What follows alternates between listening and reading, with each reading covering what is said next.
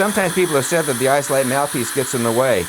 And you can see that if I was going to come from the lingual, this would get in my way a little bit. When we need a little bit more room, all I have to do is have her open wide, open real wide.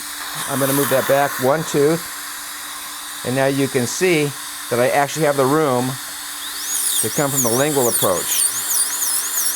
If that still did not give me enough room this way, I would just redirect my handpiece to a more mesial lingual approach. I'd be coming mesially like this across that area.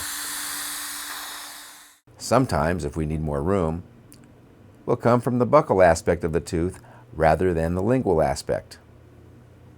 Rarely it is necessary to remove the Isolite to access a certain area. So take it out, do the procedure that you need to do, put it back in the patient's mouth so you protect their tongue and their cheek.